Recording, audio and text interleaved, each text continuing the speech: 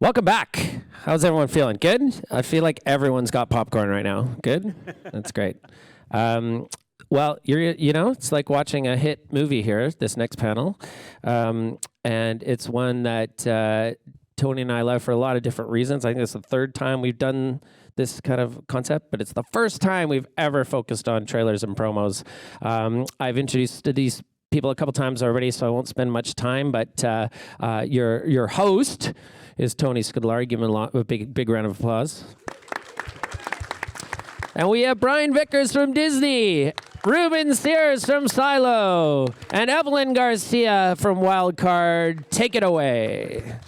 Thank you, Rob. First of all, I am constantly, every time I see that welcome, I am so moved by it. I mean, it is so important that I think that we have that recognition and that we understand that we are on ancestral, traditional, unceded lands. And the graciousness of them to also be singing for us, which again shows the importance of music. It just moves me every time. So I'm just very grateful to be here, to be with all of you, and I appreciate your being here. I'm glad you're all eating popcorn because one of the things that obviously goes with popcorn are great movies, and with great movies come great trailers. And we are fortunate that, as part of the art of music supervision, which I think doesn't get enough light, and this is something Rob and I have talked about, is the brilliance of the artists that are here that do music supervision for trailers, because trailers I don't think are given the due that they should because of the work that you all do. So first of all, what I'd like to do is go down and have you each tell us a little bit about your journeys, how you got into music supervision for trailers, because I think it's really instructive to hear each of you have had such different paths that I think will really inspire our folks who are here. So I'm going to go from my right to yes, and so let's start with Evelin, and then move on down the line. Hi guys, I am Evelin. I am the music director at a trailer house called Wildcard Creative Group in Culver City in Los Angeles. Honestly, the way I kind of fell into trailer music supervision, I didn't even know it was an option when I was in school. I originally wanted to be a music journalist, and that's what I was going to school for. I just wanted to write album reviews and listen to cool new music all the time. But when I was in school, it was like right when the digital era sort of started making its turn, and people didn't anticipate print surviving that, nor did they think that people were going to purchase articles or any magazine, any journalism online. Everything was free and it was up on blogs. So I had to kind of quickly shift and figure out what I wanted to do. I started interning at the Viper Room on the Sunset Strip, and I learned about venue management there. I originally reached out to the editor-in-chief at a magazine called High Voltage, and she told me that she didn't have a journalist internship, but she had a internship because she was the booking agent there. So I learned all about venue management, and then I discovered what live sound was, and I thought it was one of the coolest things to watch these guys do all of the technical aspect and mix and master in real time, essentially, during these live shows. And I thought it was so cool that I decided to get another bachelor's degree and learn about audio engineering. So I decided I was going to be a producer, and I wanted to work in the studio with artists and be behind the board and do all of that cool stuff. So I got to do that for a little bit. And in the process of doing it, I realized that I liked it, but I didn't 100% love it. And I was still very young, and I'm a very passionate person, and I just wanted to love what I did full-heartedly. And I met up with a college professor who was just like, well, what if you do A&R? What if you do this? And was just sort of throwing different career options at me. And eventually he was just like, what if you were a music supervisor? And I was like, what is that?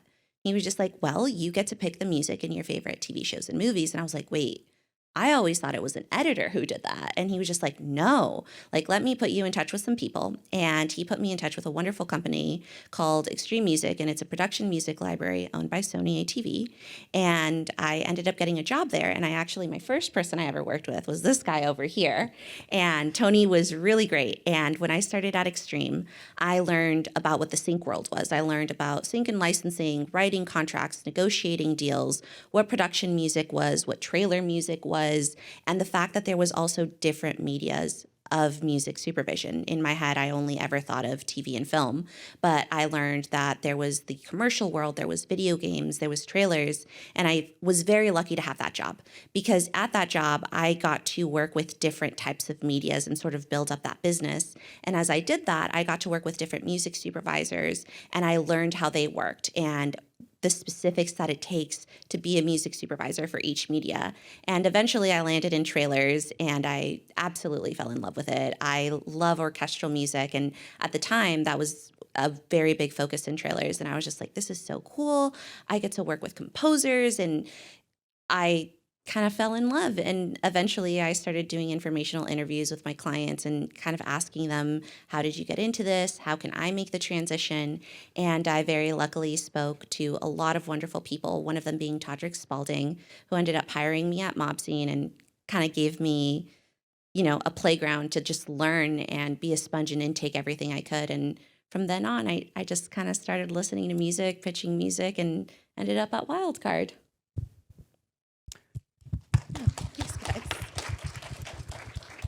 Reuben? Hey guys, my name is Reuben Sears. I work at Silo Music, which is a boutique sync shop. We have a management arm and a publishing arm, and I run the trailer and promo department. I'm going to do the quickest version of this story that I can, I promise. Moved to LA after college to be an actor. One of my temp jobs obviously was waiting tables. I met a guy who was an editor at a trailer shop. We became friends. I needed a place to live. I lived in his guest room. I would make him mix CDs all the time. And he's like, you're really into music. And I'm like, isn't everybody? Like, yeah. So he's like, we need an assistant at this company I work at named Buddha Jones. You should go for this job. And I was like, okay, I don't know what this is, but sure, because I'm not booking any acting gigs, so let's do this. Didn't get the job. A year later, Reuben, it's my friend Ray. You should come back in. We need another assistant. Great. Didn't get the job. Cut to, I become a wedding DJ / MC. Ladies and gentlemen, Mr. and Mrs. Smith, woo! And I do that. I'm listening to music. I'm learning how to program music for events. And then my buddy Ray calls me for the third time and goes, hey, you should come in for this job again. So I go in again, and finally I meet with the three owners of the company separately, and they're like, Reuben, you've been in here before. Ray won't shut up about you. He says you're great with music and all this stuff. Why should we hire you? And I said, well, and I didn't know anything about movie trailers other than I liked them. But I said, it seems to me that a music supervisor for a trailer is responsible for finding music which matches the tone of this film, to picture, or finding a replacement for a song that maybe they can't get, or a song that shifts the tone of how they want to market the movie to something like, adjacent. And I said, I DJ weddings and MC weddings, and I have to talk with the bride and the groom beforehand, learn their story, help. Not everyone is into music like I am. So they're coming to me, I need to come up with music for their first dance, their cake cut, their grand entrance, their, all these musical moments in the most important day of their lives. And so in the interviews, I said, I think I'm already a music supervisor. I just do it live with a microphone. And they all just were like, wow. I got the job. And I've been doing it for 10 years now, left acting behind. I got to work with Evelin when she was at Extreme. I get to work with Brian and Evelin doing remixes, which is what Silo does a lot of, in addition to finding new composers and artists and helping them make trailer music. And extremely grateful for my career and to be here with all of you guys.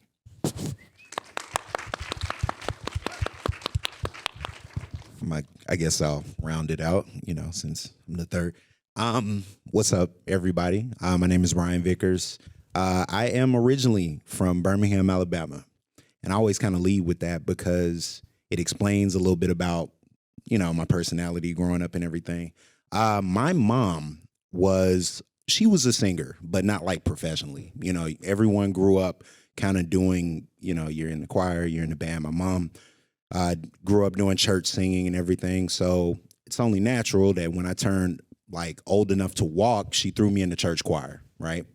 And my dad, he was in like the high school marching band. And you know those people who like will always like recall events as if it was the greatest thing ever, but it's like, hey man, that was a long time ago.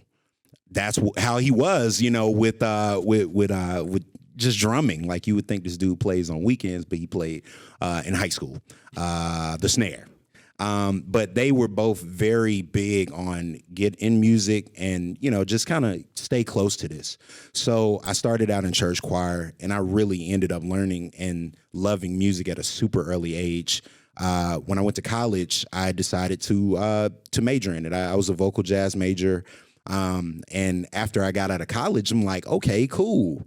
What do we do? And then I went back to school, sort of similar to what Evelin mentioned. I ended up doing, I went to school the second time to learn audio engineering and, how do you run a studio? How do you speak that? What's a compressor? What's a limiter? All of that kind of stuff. All right, cool. Moved to LA in 2008. And then it was, okay, what do I do with these two incredibly random degrees that probably don't pay much? All right. Just being real. And so I got out and it was actually kind of convenient/inconvenient where in 2008, the writer's strike had just started. And that was actually very big because a lot of places that I probably would have looked to work weren't bringing people in. I ended up getting an internship at a TV production company, which was doing reality TV. That's like back when there was kind of a little bit of a boom. So that's actually where I kind of got my start. I was an intern for a TV production company called Buna Murray. Y'all might know him from, Bad Girls Club and Keeping Up with the Kardashians, Real World, all that jazz. So they were like OG, reality TV stuff. I'm in there and I'm learning because it's a difference from going to school to learn sharps and flats, all that kind of stuff, to actually learning, oh, that's what a license is. Oh, okay. Oh, what is this? And, like learning just the entire side of what would be, music supervision. So I was there for a couple years. After my time there, I was kind of looking around, trying to figure something out. And the funny thing is, Evelin mentioned Todrick. This dude is, he's kind of a legend. I applied to a job for a trailer house. Did not really, like Reuben said, I was like, I know trailers. I get to the movies early and they play them and they're loud and they're dope. Cool. And that was like the extent of it. But yeah, I kept applying to this place. I didn't get it. Like a year later, Todrick randomly hits me up like, hey, somebody's going on vacation. Are you, around and available? I'm like, let's do it. I ended up doing a temp stint there just for like a couple days. Somebody else went on vacation. I did it again. And next thing I know, they brought me on full time. I was there for a couple years and yeah, long story short, now I'm over at a little company called Disney. So that's kind of the run of it. What I think is so great about all your stories is you've come from different experiences, all with a passion for music. And I wanted to have people hear that so they know that there is no specific organizational ladder to becoming a music supervisor, that there is opportunity based on your willingness to learn, based on your willingness to take that passion and make it into something really special. And that's what you all do. And that's why I wanted to have you here. The other thing that I was fortunate enough to be on a panel with Reuben and with Evelin on for Canadian Music Week. And Reuben said something, Brian said something. I was like, What? This is good. Sorry, Brian said something which really just I thought was so impactful in terms of sort of like the work of being on trailers, which is that it's very different from working on a film and TV show because you are very, very much involved. Not just, when you're doing, and I'm not denigrating it because I've done music supervision and I do music supervision for film and TV. But what we do on that side is obviously pick music for a scene. You basically are creating a story, a 3-act story, which you're basically helping to tell that as a storyteller. So your role in some ways is more elevated because you are part of that storytelling structure, which I think is really, really cool. What I'd love to talk about is sort of about how not only are you choosing songs, but you're involved with the sound design really intently on the sound design. It's not like just you have someone who's involved in that, who's working collaboratively. You guys are doing it. That is really, I think, amazing work that you're able to do it because I saw a cue sheet for one of the trailers that we were doing, and I've told this before, and there's like 150 cues for a 4-minute piece of a trailer, which is unbelievable. On a TV show, 150 cues would be what you'd probably have over the course of a 10-episode season. Wow. So when you think about how much work they are doing, that's why I'm saying these people do not get enough props. So that's me from sort of like, the outside looking at what you do and having much respect for all of you because I know how much work you put into it. So Reuben, can you talk to us about sort of the creative process without giving any away trade secrets or, the family sauce, right? The secret sauce, sort of like how you went about, when you were approached about this film, how the creative was sort of put together and, how you chose the music that you chose. Okay, so first off, I work for Silo, which is not a trailer shop that makes the trailers themselves. Silo itself is a company that was sent music. That song, the back end song "Power," is by an artist relatively new and small named Greta Isaac, and their management was like, "What do you think of this stuff?" And we were like, "Well, for trailers, that original song "Power" is not really trailer friendly. All the percussion that you hear in there is from the remix that we did. And that's my job, taking a song and hearing either a lyric that like, ooh, I'm addicted to the power. That's a good trailer lyric. And then creating a remix that fits for trailers. So we got a brief from a trailer shop, Seismic, you guys are familiar with. They're big in the industry. And they were like, we have this indie film. It's about this woman who's, she has this inner voice, and we're looking for like a female empowerment song. And I was like, I got one. And we sent this remix to them. And they, what I think is great about that song in terms of trailers is, especially for this audience here, is Greta Isaac is not a superstar. Has anyone heard of Greta Isaac? No one. Okay. Or did I see one hand? I think we saw a hand. Okay, one hand. One hand. So like, Greta Isaac landed a song in a huge trailer with Olivia Munn, who I'm sure many of you know. So that's a huge win, and this should all make you feel really good if you guys are hoping to one day get your music in trailers. And I think this trailer is also great in terms of showcasing the power of a lyric. And a trailer, you got 2.5 minutes to convey a lot of information, right? Most time it's a 3-act structure. If we remember what the first act of this trailer was, is a very kind of interesting, not rock, hardly any percussion cue. That was not my decision, that was Seismic. But one of the first pieces of dialogue we hear is like, I feel weird. The main character, the protagonist, feels off, and they found a cue that kind of musically conveyed that. It's a little different than what you would normally here in like a romantic comedy, because this is not a romantic comedy. And then we had a transitional act 2 where that's that weird cue with some drums thrown in. It's like, okay, this is propelling us forward. And then the turn where we hear the beat come in, ding, ding. Okay, and that's where the power cue comes in. And then we're off to the races, where a lot of times in a trailer, you're going to have the hook, like, I'm addicted to the power, and then instrumental, and then the button.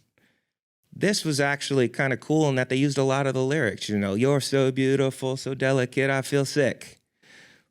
It was just kind of like a great coming together of like, wow, this song really fits this movie. And like, it doesn't always happen that way. Sometimes it's just like a song saying like, I'm the best. And that's it. And then it's the instrumental, and then they'll hammer that, I'm the best. And you're like, okay, he must be really good, if not the best. So I think that this cue just happened to be one of those, like, which is the way why I wanted to show it today, is like it just, sometimes stuff just fits, you know? And when we saw because I'm not in the bay, you know, I don't work at Seismic, I'm not in the bay with the editor going through the sound effects and whatnot. I'd heard that the trailer finished or was going to finish, and then I saw it with the rest of the world, and I was like, well, that was a really cool trailer. Like, it just, sometimes, like I said, sometimes it just fits. Did I answer the question? Yeah, and the question, okay, so you work with the management, right, to be able to get the song. Right, and sometimes, I mean, Greta had to approve this remix, you know, because it's, like I said, if you go on Spotify and listen to Power by Greta Isaac, it's much different than what you just heard. And, you know, and an artist has every right to be like, I don't like it, I'm not going to clear it. Thankfully, she did. Right. So the drums that we hear in there that are part of the song were what you brought to the table. Yes. We have one of our artists. He started off in the electronic music field. His name's Eddie Thonic. He lives in Germany. And I was like, I want you to make this the maximal version. Like, because it's really not. It's pretty acoustic and small. I said, Eddie, I want you to go to the other end of the room with it. 4 blocks over, you know.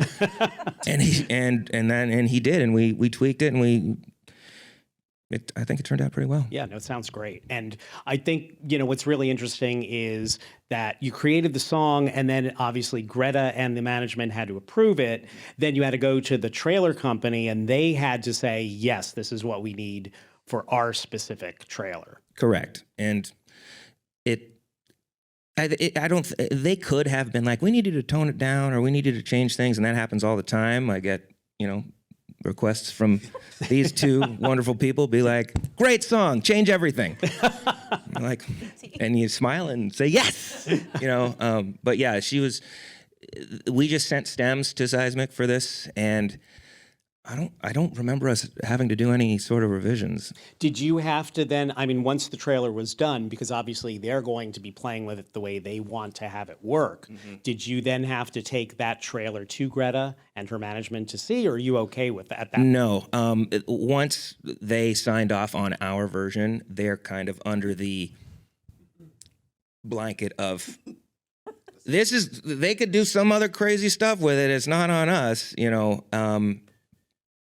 But if it were maybe a larger artist, and they said, okay, we're going to approve it conditionally, but we need to see the final cut.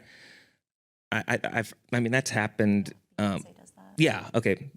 Beyonce. Greta Isaac is great. Yeah. She's not Beyonce yet. So, like, you know, she didn't really have the power to do that. So, not yet anyway.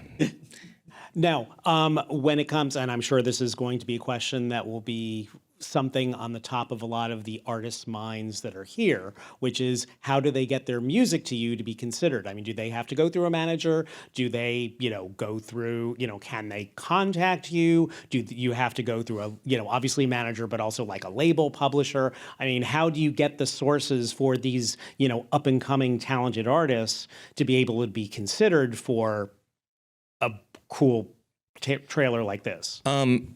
and I want you guys to jump in on this because I feel like this is apt for you guys to talk about as well. But like for the people in this room who want to get into trailers, the speed of trailers is insane. Like, I need you to do this remix in 12 hours. And we're like, wow. Yesterday. Yeah, yesterday. Because it's so fast, a music supervisor like Evelin and Brian, when they're looking for music or they're sending out a search to me, to Silo, to be like, hey, do you have any female empowerment songs? I'm lucky enough to have gotten a level of trust with them that if they're under a deadline that they need music fast, they know that if the deadline is in 2 hours, I'm either going to right away tell them I don't have anything. I'm not going to try to shoehorn in something that they'll listen to and be like, well, I just wasted 2 minutes listening to this and I don't have 2 minutes. Or I'm going to send them stuff in that 2 hours that is going to be good. So for you guys to get, I think the best way to get your music to music supervisors' hands is to make music that gets represented by a company, either a music library or a boutique like Silo, that the relationship of trust with these music supervisors is already there, so that when I pitch something to these guys, they know it's on point. Instead, I'm not going to waste their time because there's no time. And that's, I mean. Yeah, to super piggyback off of that, I think that it all starts with having stuff that speaks emotionally. I think there's a lot of people who are like, how can I get my music in trailers? And I think the quest often is finding supervisors, but in reality, I actually say that I think the quest should be in creating whatever that piece of music is that speaks to someone emotionally.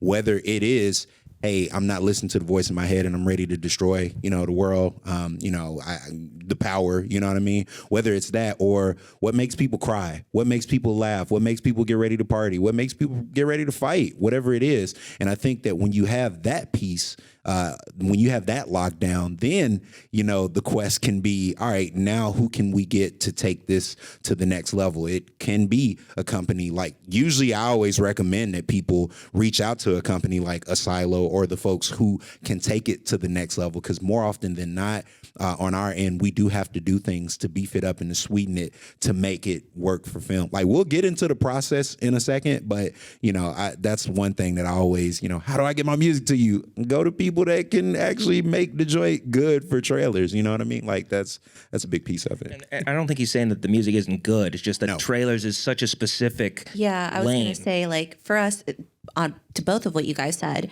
Reuben was talking about how quickly we move, which is so key. If we find a cue that we like, we're asking for stems, instrumentals within 10, 15 minutes of us receiving it. So if you guys are going to people like Silo, who are able to pinpoint a specific lyric or a signature sound element that's really special and create a trailerized version of your song, that makes our job significantly easier, because we're like, oh, okay, well, this already has all of the gears that we're looking for. We can start cutting with it right away. And then if we need to make any tweaks, then of course, you get my annoying email being like, hey, I need this in 2 hours. Sure. So that actually brings up a question that I wanted to ask for both Brian and Evelin, which is, when you're working on a film, it could go a year. You're working on a TV show, it could be 3 weeks. How much time do you have from the time you're told about a project to the time to providing the music? Okay. All right. It's a hard question. It's so tricky. Let's look at the process, right? More often than not, one thing I think a lot of people don't understand about trailers is the world that it is. And what that means is usually a studio will say, okay, here's our movie. Movie A.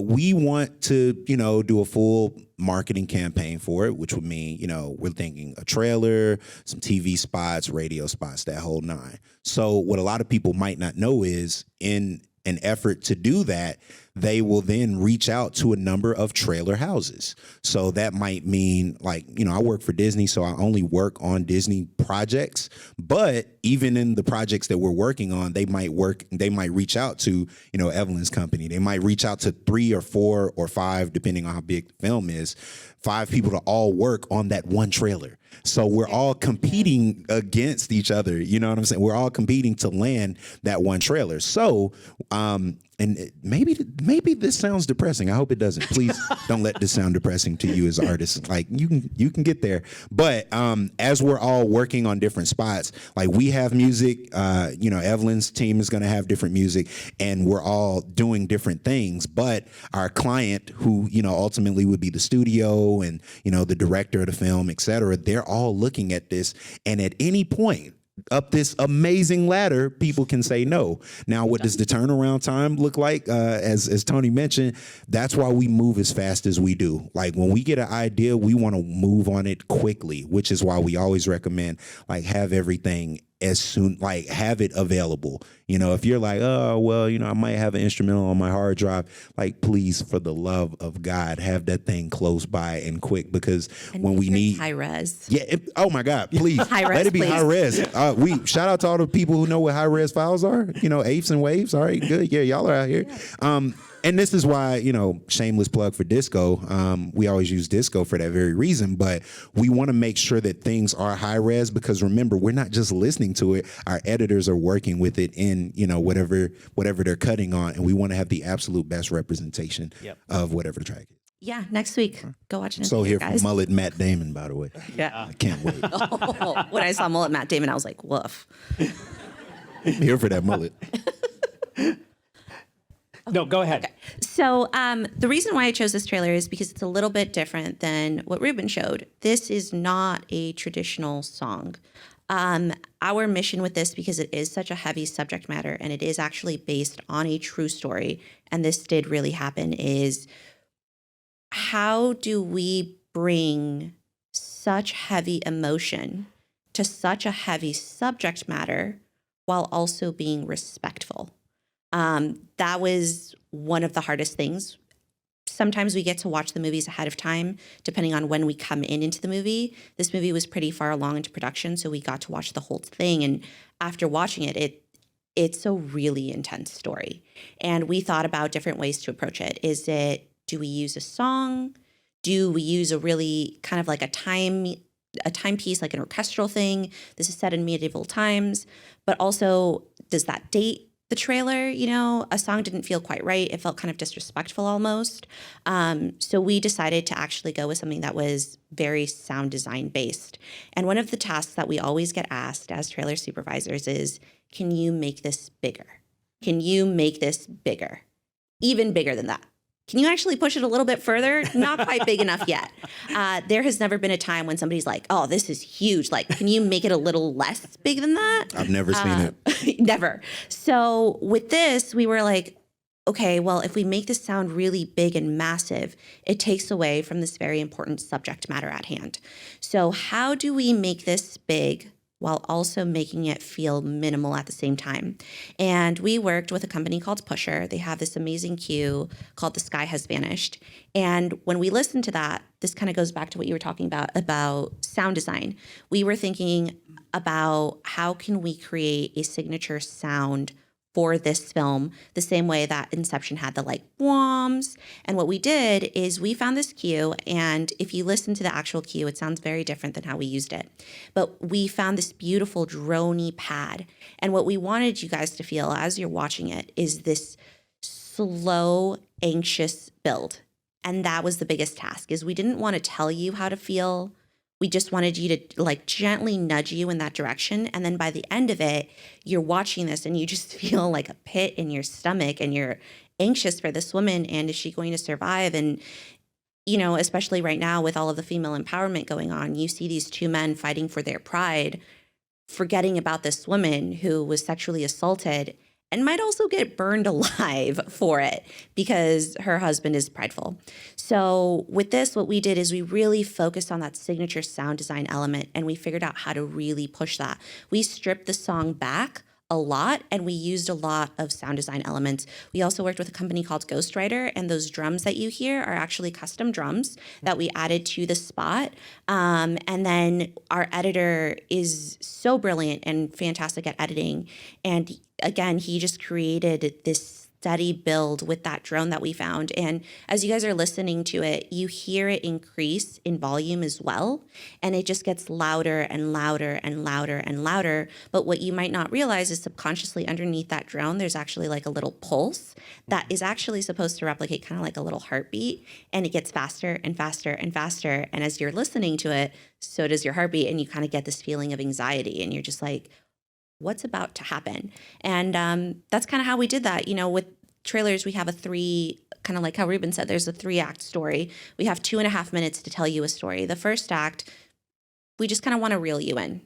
In a world. Interested. Yeah, in a world. There it is. What's about to happen. The second act is usually very dialogue heavy, and that's where the meat and potatoes of the story is. That's where we're really starting to give you a lot of the information and the knowledge. And then in the third act is we take all of that away from you, and you're like, okay, well, now you have to go to the theater to find out what happens. And this song did a really beautiful job at that. I think for all of you composers out here, actually, this is a really great example of how music can work as an instrumental and carry so much weight and so much emotion. To touch upon what Brian said earlier, the biggest thing for us is finding that emotion, because we, again, don't want to tell you how to feel and have it just be over your head, because that's annoying and nobody likes that.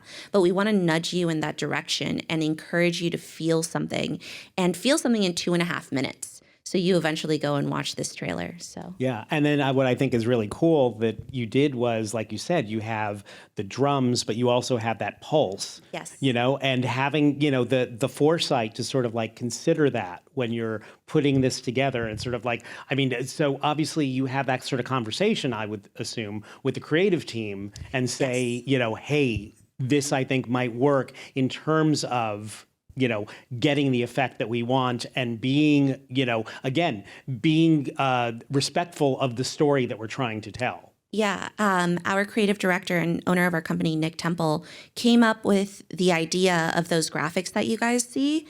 They actually turn into crosses, which are also, you know, symbolic to what's going on in that time period. And it was like a whole religious conversation when you guys watched the film. And we also thought about that sonically, like that transition, and when you're viewing, you know, those scenes through that cross, how does that sound? How do we transition that? Because it's such a smooth transition, but it's also so powerful. And how do we add sound to that without taking away from that really beautiful and powerful visual? So that was also something that we considered. So I have as a well. goofy question for you. Of course. So because it sounds like Make It Bigger is sort of the 21st century, more cowbell. Yes. So the question that I have is, you know, do you like go into a studio, have like, you know, all the speakers around, listen to it and making sure that it sounds big, bring in the account executive or whomever, and then do they tell you, you know, more, bigger, and then you have to sort of like adjust the drums or the pulse to make it do that? And how often do you have to, I mean, is it a process where it's like, you know, you go through it 3, 4, 5 times, 10, 20? I always get asked to make it bigger. I've never been told like, this is actually, you know, pretty solid. It's always let's make it bigger. Let's make it more impactful. Pre-pandemic, the way that a trailer house works is also very, kind of how Tony had mentioned, very different than TV and film. We do everything in one shop, one editor. We have one editor who does music, graphics, visuals, dialogue, everything. Wow. We don't have a music editor. We don't have a graphics editor. We have a graphics team, and they put together the motion graphics. We have our music team. We pick the music. But we have one guy who puts it all together and is a genius. This was Tim. He's amazing. But traditionally, what we do is we pitch the music. We all listen to it together, usually in our editor's bay. They have really nice, beefy speakers. You get the whole experience because we want to hear it the way that you would hear it in a theater. as opposed to like on a phone or on headphones or any of that stuff. That's the way we're used to doing it. Now that we're all work from home, it's a little bit different. We all kind of have a nice little different work from home setup. I have really nice speakers at home. I also have really nice headphones that I've invested a lot on. So when I'm listening to stuff, I'm listening to it in its highest quality. And like we had mentioned earlier, we're always asking for high-res files so we can hear it at its crispest, most beautiful way, the way it's supposed to be meant to be listened to. Because again, you're listening to it on a theatrical sound system. We also go to a sound stage at the end if something goes to finish to mix it in real time. So you're listening to it with beefy speakers. And that's kind of how we do it. With this one, like I said, we really dissected the original song. So with The Sky Had Vanished, we sort of asked for the stems and then listened to the stems individually, figured out what was working for us, and then really worked on that. And then what we did is we worked with an additional composer at Ghostwriter for the drums and added those drum layers to it. The drums, I think we might have done 3 revisions of. And then everything else was just kind of signature sound design elements that we found. I think, to Tony's point earlier, talking about cue sheets, this one was surprisingly not as intense. I think there was maybe like 50 or 60 keys Only in it. 50 or 60. I will say, when I was a coordinator, this didn't even go to finish, but I worked on the first Venom, and I worked with an editor, and it took me 6 hours to do a cue sheet. There was 256 pieces of sound design in it. 256? 256 plus 3 songs, and I will always remember that. Like, that is just ingrained in my head forever. And then the funny thing is we lost the trailer to somebody else, and all that work was for nothing on my end and his end. But this one only had, I think, like 50 or 60 pieces of sound design. But we really honed in on those signature sound elements and how do we really elevate that drone and the pulse and all of that stuff. So with this one, very thankfully, there weren't a terrible amount of revisions. Like I said, there was only 3 or 4. So yeah, it was a good one. Question. Can I hop on to a point that she made right quick? I think that when we explain make it bigger, a misconception that a lot of people often form is the difference between bigger and louder. All right. Louder is you turning the volume up, which not always recommended. All right.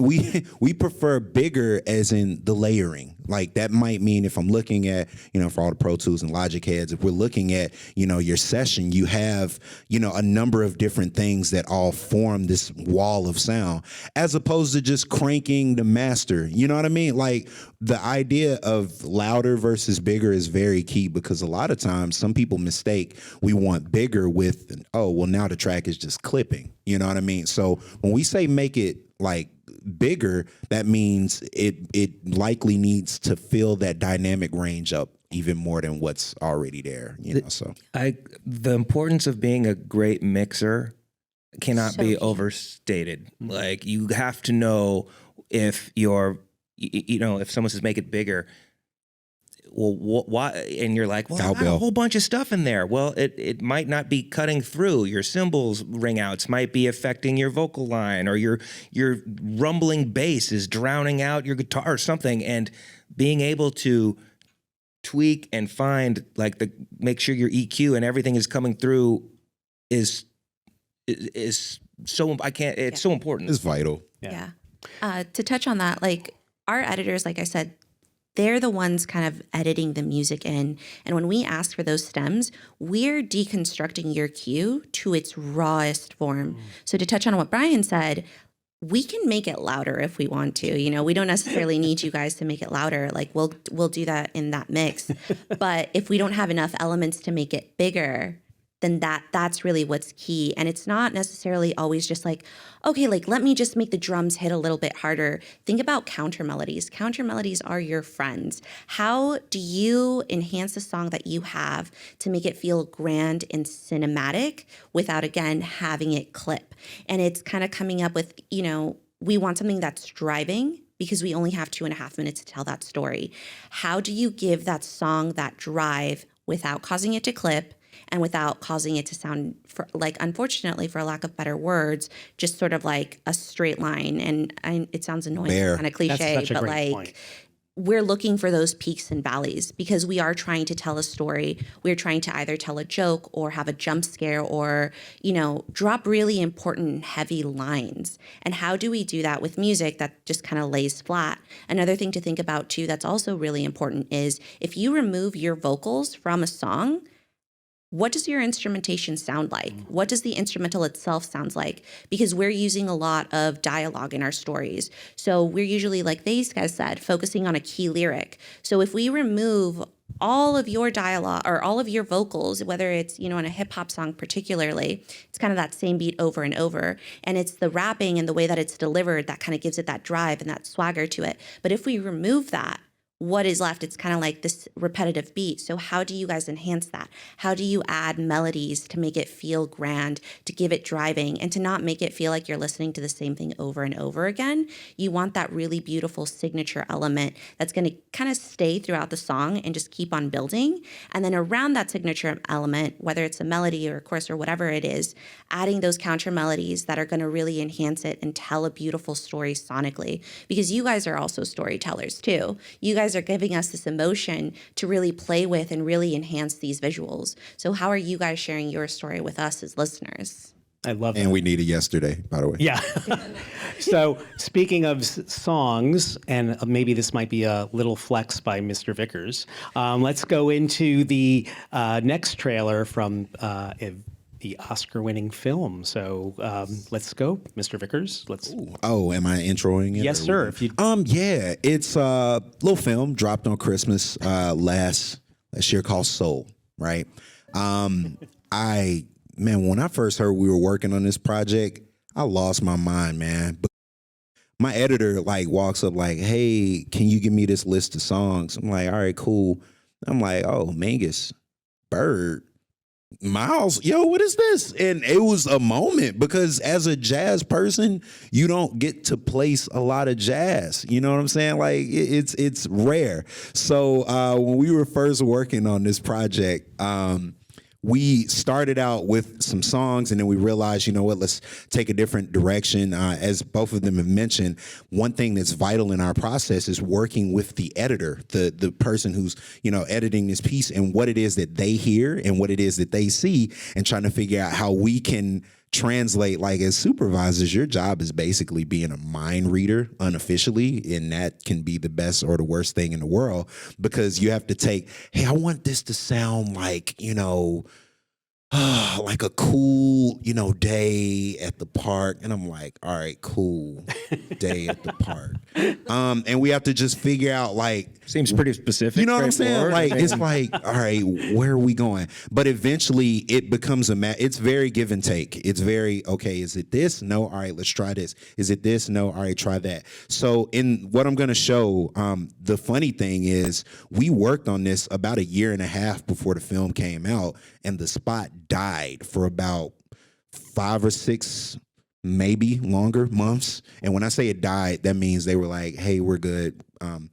Clearly that's kind of what die means. I'm sure you probably picked that up. But yeah, it died for a while. And then one day, magically, our client came back and was like, hey, do y'all still have that piece with, whatever. So Brian, I'm curious as to what made it's so good. What made them first, die and then resurrect? Was there anything did they give you any sort of understanding as to why they changed their mind? Man, nah. No breakup letter? It's that's the interesting part about this industry, right? Is sometimes things you see it and it might just go out of your mind and then it's back. And then it's there. Fortunately for us, again, we had a client who looked at it and just figured, sometimes there's a period where, and we do this too on a daily basis, where you see all these things and you're like, you know what, I'm going to go back to this one. I'm sure some of y'all have worked on tracks and you're like, you know what, I'm at version 47 of this mix. Let's go back and listen at number 3. You know what I'm saying? Like the MJ effect almost, the Thriller effect. But that's kind of what it was. It was a situation where, I guess it stood out enough for, our client to remember that it had been done and to take that approach. So, we're definitely grateful. And in this piece, there was a lot going on. First and foremost, the conversation that we had with the editor was, you know, since our main character is a jazz musician, we want to acknowledge that. We want to, you know, we want it to be a part of the story. And if y'all haven't seen this movie, especially as musicians, it's kind of biased that I'm gonna say this, jump, but like, yo, please see this movie, because there's a scene in there where it reminded me of what Linda Perry was saying at the keynote yesterday, where she was talking about like when you can get in a zone and you just create and you don't think about, you know, lyrics and melody or whatever. And in the movie, something like that happens. And I'm sure, you know, to all the creators out there, y'all feel that, where you're just, everything kind of stands still and you're just kind of in that moment. So yeah, see the movie. It's good. It's fine. But the other question, I'm sorry, go ahead. Oh, I'm sorry. So right quick, briefly, no. In the beginning, we did a thing where, you know, the editor heard like some noises, like he wanted to display the city as being the instrument. So he wanted specifically some random sounds. So we go through, you know, libraries and everything to look for those sounds. All right, give me a trash can, give me a this, give me a that. All right, cool. We load all that stuff, and you'll notice that everything's cut to time. That's a very popular, you know, way to edit now. Most of your favorite trailers are probably cut to time at this point. So we did all of that, and then we get to the middle where we become a little bit more emotional, and that's where things begin to turn, like, and you get what is a Pixar kind of movie, like, oh, they're gonna make me cry. Yes, that's the goal. We are definitely gonna make you cry, but that's why we get to that point. We were working with the library where they initially were gonna release this on you know, just hey, here's some music, you know, that they pass out to everyone. They were gonna release it, but you know, we got kind of first dibs on this because they knew what we were working on. So they adjusted it. They beefed up the horns. There's a part in there where the melody is like da, da, da, da, da, da, like they're doing that. And instead of that, it was supposed to be a vocal. But they figured, you know what, let's do horns instead, so that way we don't lose any of the dialogue, because sometimes when there are vocals, that's why we always ask for instrumentals, because we want to hear the music and we don't want to, you know, we don't want that fighting to happen. So yeah, and on the back end, we just get bigger and bigger. You'll hear that big rise that happens to give us our big climax, because we love big rises. One of the things, I mean, I love the fact that you mentioned Linda Perry, because one of the things at the keynote that she also did was give you guys as music supervisors a shout out. She did. Big time, especially on trailers. And she talked about how she was thrilled to have What's Up used in trailers in a completely different way.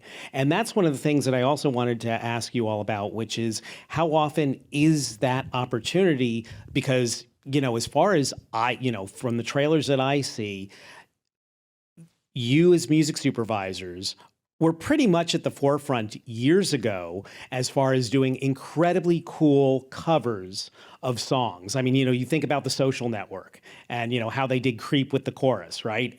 And, you know, all the different ways that music supervisors in trailers have basically taken really creative ways.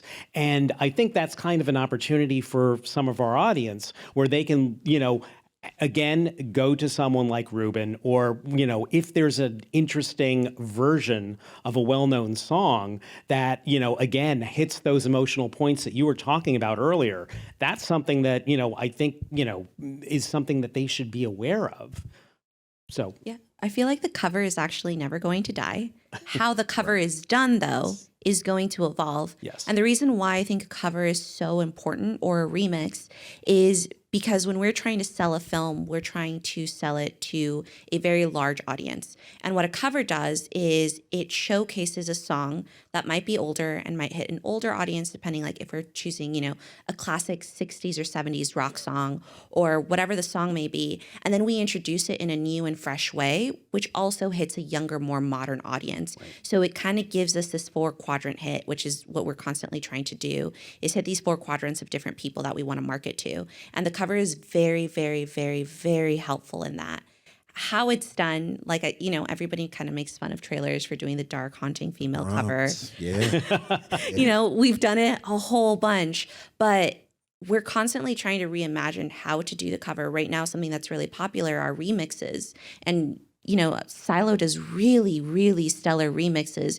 You guys have the album that you guys just came out with, like maybe a couple of months ago, like the older. The Rogelio stuff? Yeah, the Aurelios. It's so stellar. And it just reinvents some classic songs in such a fun way that makes us really excited to use them. Well, geez, thank you. I you know, we never want to do what everyone else is doing, right? That's kind of what my theory is at Silo. It's like, if everyone's doing that, I want to do something new. And before soul was a thing, I went up to my partners and I was like, because I love jazz too.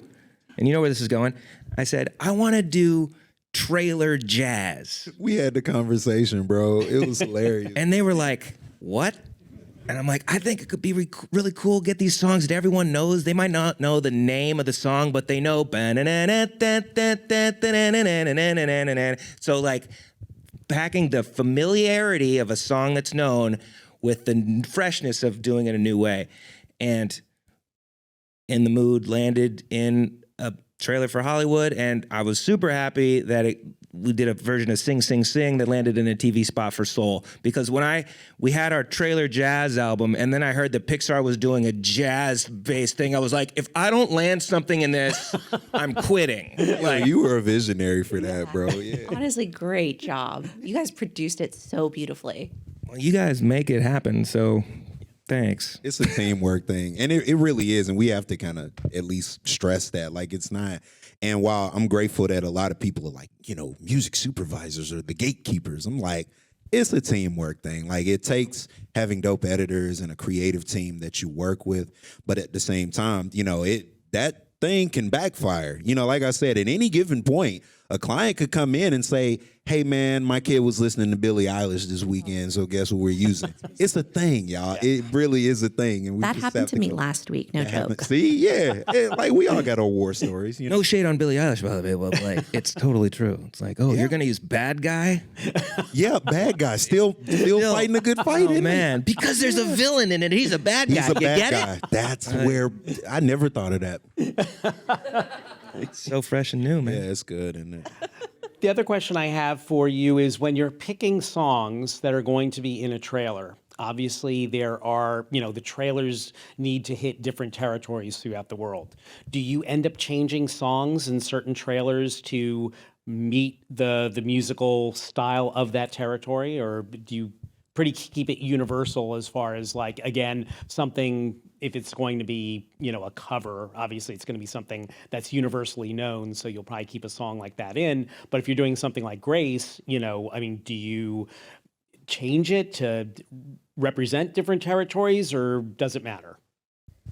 For us, not really. So first of all, I'm going to be very clear. We don't actually license anything. The studio licenses everything. We just kind of handle the creative, and we send off our cue sheet and they negotiate everything. The reason why I know a little bit more about this is because I worked at Extreme and I remember doing these contracts. Is usually when you're licensing for a trailer, you license for all media worldwide in perpetuity, which essentially means you can license the song. Yeah, in perpetuity means forever. And then worldwide means you can use the song anywhere worldwide. With trailers, there's a very, very big marketing budget, so they're usually able to afford those rights. And the way that kind of works is you have the main trailer. There's usually 3 pieces. There's a teaser, a second trailer, and then the final trailer, and a whole bunch of TV spots and radio spots and all of that stuff. But when you're licensing for that teaser and those 2 main trailers, those are usually the main cues that they're going to pay their big money for. And they want to make sure that they're getting their bang for their buck. So they tend to license it for all media worldwide in perpetuity, so it can get reused in different TV spots or when they're dubbing it for international spots. And we're usually able to keep the music. I don't think I've ever had to change any music. Yeah. Yeah, I mean, every now and again when we're working in certain territories, if a song might not be as, I don't know, it depends on where it is, to be honest. Like, if there is a hiccup like that, maybe it might be a situation where it's like, all right, well, instead let's use something that we've used, on the content side, like doing the behind the scenes stuff, or the the featurettes or any of that kind of stuff. But more often than not, yeah, if they're paying good money for this jam, everybody is getting this jam, you know? So, yep. Yeah. To piggyback on that, though, something I will mention is we're trying to find the sound of a campaign. It's never the song for the trailer. So when when a song is used in a trailer, it kind of becomes void to everybody else. So if Brian were to use a song in a trailer and it's a really awesome song and I want to use it, 10 times out of 10 times, everybody on our team is going to be like, okay, well, this was used in this trailer. We cannot use it because it's already associated with another film. So that's also something to keep in mind. Once a song is used in a trailer, it's kind of dead for us, unfortunately, for any other campaigns. And is that over a course of time, or is it's just dead to you? Just recent. It kind of depends. I think it's, if it's a really crazy, impactful trailer, sort of how you mentioned Creep and The Social Network, that's something that in the history of trailers, everybody knows, and it's such an iconic use. We probably aren't going to be able to use that for a while. Right. Something like, going back to Billie Eilish, that Bad Guy was used in that track, Bombshell. And like that 2 years ago? It's been enough time for that now. Like, people are actively trying to put that in trailers. And so it's like, it's not forever just no one can use it. I mean, think about how many times you've heard the song Born to be Wild in a marketing campaign. You're going to hear it again. You're going to hear it again. It's just like, well, because it takes place in the jungle and there's animals. It's wild there, isn't it? Yo, man, it's so wild. That's a good song. Yeah. So, like, but Creep is a great example of, like, yeah, we don't touch that. I don't think anyone would want it. Yeah. Maybe for a Radiohead documentary, but even then, like, I don't even know what. Also, Radiohead is really hard to license. Oh, yes. We use Radiohead, guys. I know you guys did. Wait, and what? People didn't watch the movie. Oh. Artemis Fowl, but it was a good use. Yeah, I mean, it was dope. Yeah, I enjoyed it, but yeah, that's the thing too, where, so many times people are like, oh man, I love the trailer and it lied to me because the movie was whack. I'm like, look, man, we did our job. We did our job. So, I mean, hey, don't get mad at me. I'm going to turn it over because we're at the 13-minute mark. So I'm going to turn it over to Lila and just sort of see what the folks online are asking about, if there's anything of interest for them. So Lila? I'm going to throw it to the audience first because I'm sorting through these questions. Okay, let's throw it out to the audience. Anyone have any questions? Yes, sir.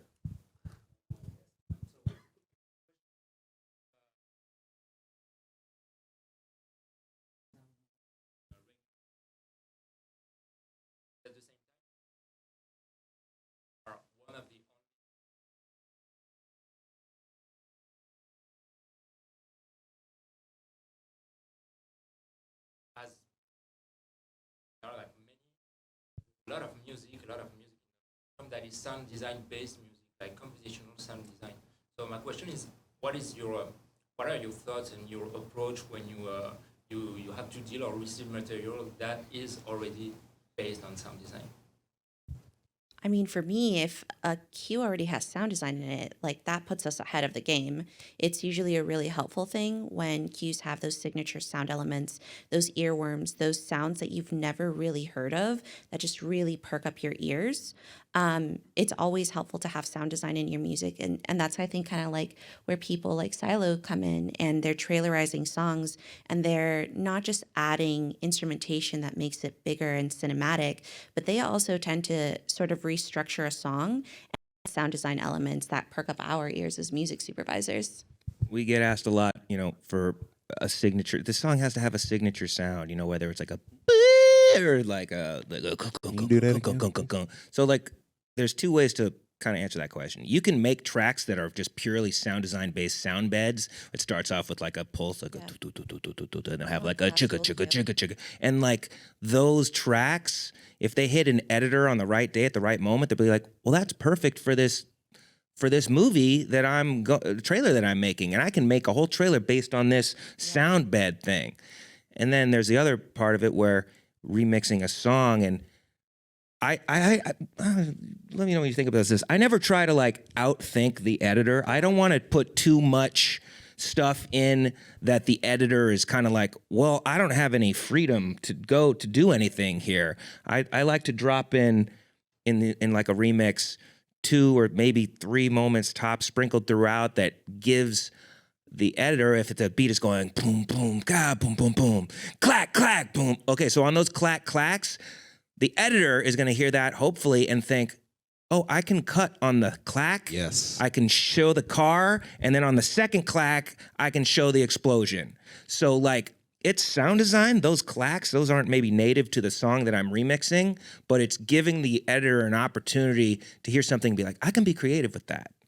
But without completely informing the entire remix is like, well, this whole remix is based on just clacks and like, or, you know, a sound design motif throughout. I think it's like a fine balance. It's definitely a fine balance of kind of having that sound design, but then also, like Reuben said, giving your editor the freedom to create a sound design bed and add, you know, hits, whooshes, rises, bombs, all of that kind of stuff. Exactly. It's as long as you have everything on its own stem, because we get some releases that are sound design led songs, you know what I mean? And it's very helpful. It's very useful. Funny enough, making a statement as the Disney guy, but yeah, we get a lot of stuff with like the gun noises because there's always movies and trailers and stuff that need a lot of gun sounds, not shooting, but like mechanical, you know, like all that kind of stuff. It's always useful. So if that's your aim, like I said, just have everything when you do your stems, just have everything isolated. So if you send things out, people can say, that part's a little too much, but I like this other stuff. Lila, anything, or do you want to have us go back Yeah. to our live audience? No, I've managed to find them. As an emerging supervisor, what can I do to broaden my knowledge base and get situated in the industry? Ask so many questions. I think that is one of the most important things that, at least for me, was really, really helpful is I talked to so many different supervisors, and also I just kind of studied what they did. Like Tony taught me a lot without even knowing that you probably did, but just I didn't know that in TV there's bins of like 30 or 40 songs that you're just posting, and learning those kinds of things is, I think, is super important. And also, if you get a job as a coordinator or a music supervisor, I promise you, everything that you thought you knew, that you learned, that you are ready for, on your first day, you're going to be like, oh, I know nothing. So just don't be scared of that. Like if you get a job and you walk in and you're like, I have no idea what I'm doing, I promise you, like, hang out for like a week and it'll all make sense. Yes. But everything that you think you know doesn't always apply. But don't be scared of that.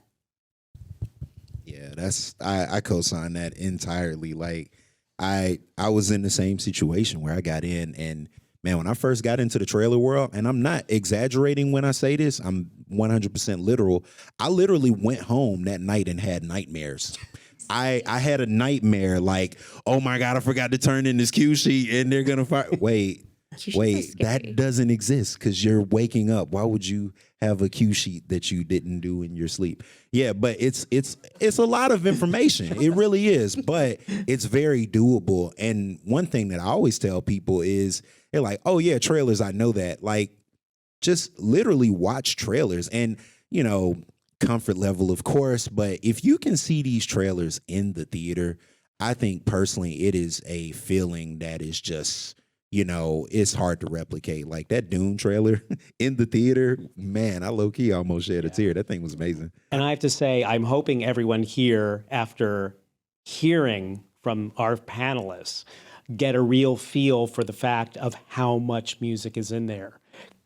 I think you'll listen to trailers in a completely different way and you'll be like, oh my God, here's a cue, here's a cue, here's a cue, you know, and realize how much work you all do, which is amazing. I just want to say one thing about this question again. I think one thing that a new supervisor can do is to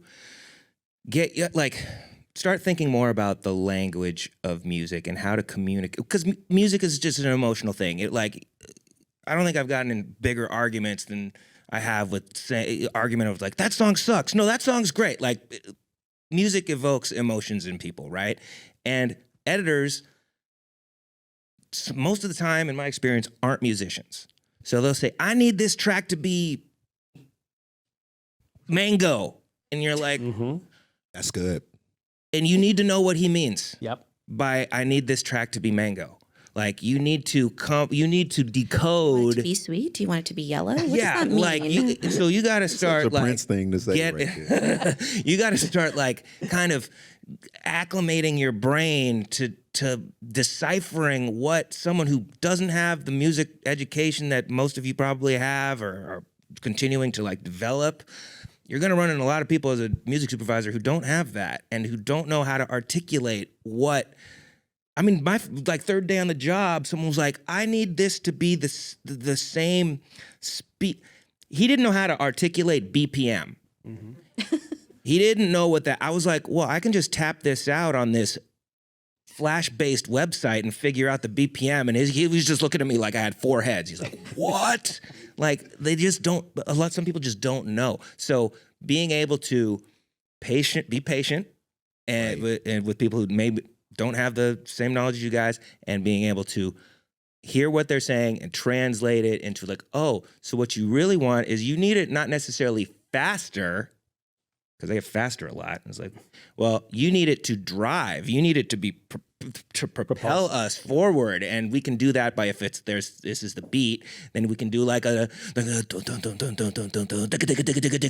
like that's not necessarily faster, but that's what they're asking for. They need something quicker, ramped up. Yeah, you do have to. I mean, I agree with all of you because it's not just the music editors, it's the producers, it's the directors. They don't have the musical knowledge. And I remember I had a conversation with John Debney, who's a composer, and he was saying, you know what, the best sort of description of what someone wants, tell me emotion. Tell me what it is you're looking for. Don't tell me, oh, I need to have it in a C minor, because chances are they probably don't know what they're talking about, or they're just learned to play guitar last week, and they're just learning their chords, right? So he said, just tell me the emotion. I can work on that. And it's the same with what you do as, music supervisors and pulling songs. If you know what the emotion is, you'll be able to get what they mean by tell me, give it to me so that I need more mango, Can I, and to give a quick follow-up on that, like, man, the one thing I've, seen from my time here in Vancouver, the long amount of time I've been here since Thursday, y'all have like, there are so many different, like kind of niche things here, man. Like know your sound and know what it is that you specialize in and figure out how you can translate that to a cinematic feel. Like some people don't think like, oh, well, I do, hip hop. I don't know if that's in whatever. Figure out what that looks like and who's doing that and figure out, oh, well, I do whatever this sound is. Like figure out what it is that you can not only amplify your own voice, but how to make that just unique and fit within that realm if this is, something that you're interested in. That's a great point. And the other thing too is to realize we are in you as musicians, as composers, are in a great time because there's so much content out there, whether it be trailers, TV shows, films, games, ads, that having that unique voice is what these creatives are all looking for. They don't want to have their films, their trailers, their ads sound like anybody else. They want to have something because it's unique to the storytelling. And I think that's what you have to understand is being able to tell your story through your music. And I think, you each have a story to tell. Own it. Use it. Make it your own so that someone will find your musical voice and understand how great it is and be able to bring it out to the world. And do it yesterday, by the way. Yes, exactly. Do it yesterday. Any other questions? Yes. How has the industry changed over the past 10 years with most audiences now watching trailers on their phones and tablets? That's good. The quick answer to this is, clearly clients are influenced by what they see other people doing, what they see other houses doing. So it's up to us to just be able to adapt to that. Yeah. But at the end of the day, the music is still like the music. We're trying to figure out how to make things still sound cool, sound fresh, and stand out from everything else to grab your attention because we only got 2 minutes and 30 seconds. Yeah. I think it's just faster. Everything has to be faster now. I think that's what it is, our attention span has changed, so it's more so about the storytelling. And with the music, what comes with that is how do we make it more dynamic, and how do we make it shift gears a little bit quicker than it used to before. Right. Do we have time for one more question? Yeah, I want to get someone from the audience. So anyone, this lady right here. Have you ever had an instance where you've actually needed something so specific that you've decided to work with a composer instead of trying to look for music, or has there never been enough time for that kind of thing? All the time. Every single day. All the time. Like, yeah, we were working on, Raya and the Last Dragon, and they were like, hey, man, we need Southeast Asian, like bombastic trailerized music. And I'm like, oh, yeah, that's cool. I got a library for that. So, yeah, we did have to work with one of the houses that we typically do to make a custom track. So, yeah.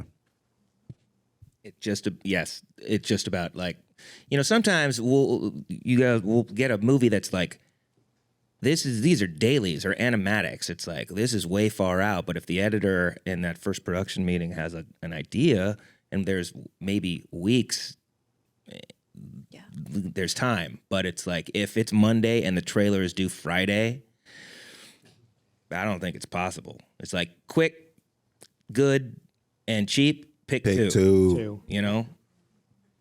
Yeah, I mean, very recently there's a film we're working on that hasn't been announced yet, so I can't say.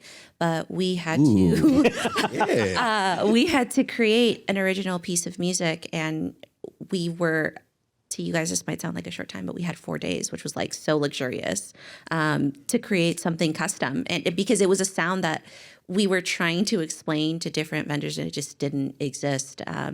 So I think it happens like almost every day. One way or another, we're customizing something. Mm-hmm.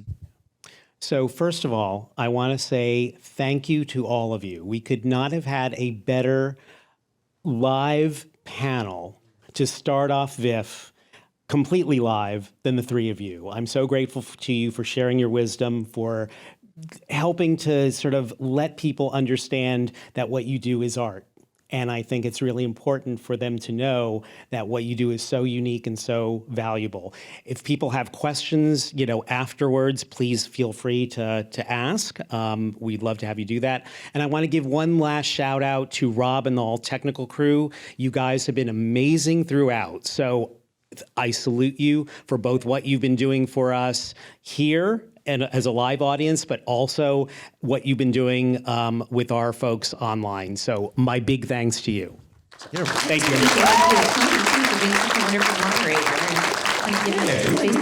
Thank you. Yeah, Thank you, Tony. Thank you Thank for you guys. the best shoes in the building. Tony, right God. here. You guys check Best these shoes in joints the out? game. Woo! John Fluvog from Vancouver. So, hey, Nice. keeping it in town. Okay, thank you, everyone. Thank you. Big round of applause, everyone. Come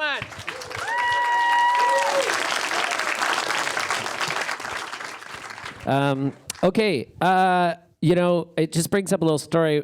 Tony and I were talking to Natasha Dupre, who's a great supervisor here in Vancouver, and has put so much money into local artists' pockets. And she told us this story of the time that she had to sub in for a movie trailer supervisor. And she said, she's got pretty dry humor, but she's like, it was the worst week of my life. And it just really resonated to me coming from her, who is amazing soup for TV and movies and stuff, just how difficult a job you guys have. I wasn't saying like your job is like awful or something, but it was literally her saying, I don't know, I can't do this. We're not working in a coal mine. It's hard, but I think the three of us are all very happy. No, It's a good song. but again, you're artists. And I want that to be known because what you do is really special. Thank and you. I think that needs to be praised. And I want to thank you two, Brian and Evelin, because you really helped enlighten me on that first panel for Canadian Music Week. Because I was like, you blew my mind. Just learning about what you do and sort of how different it is from what we do on the film and TV side. And Reuben, your insights have been really great. So I just want to say thank you to you all. You are just a blessing. You guys have been in Canada for like 2 days and you're so goddamn nice. Great, man. Just happens. It rubs off on you. Anyway, thank you very much again. And honestly, it's so great to have them up here in person and spending that time. Okay, we're not done today. You got like 2 hours, an hour and a half, 2 hours till 7:30. Back to Bar None for the Sound Off event, which is really super awesome. And I'm getting texts from this tech team there because all of the sound checks have been awesome. So you're in for a real treat. Lots of great dialogue. Anyway, let's go get some food. And I think it might be raining out there, so keep dry, and we'll see you in a bit.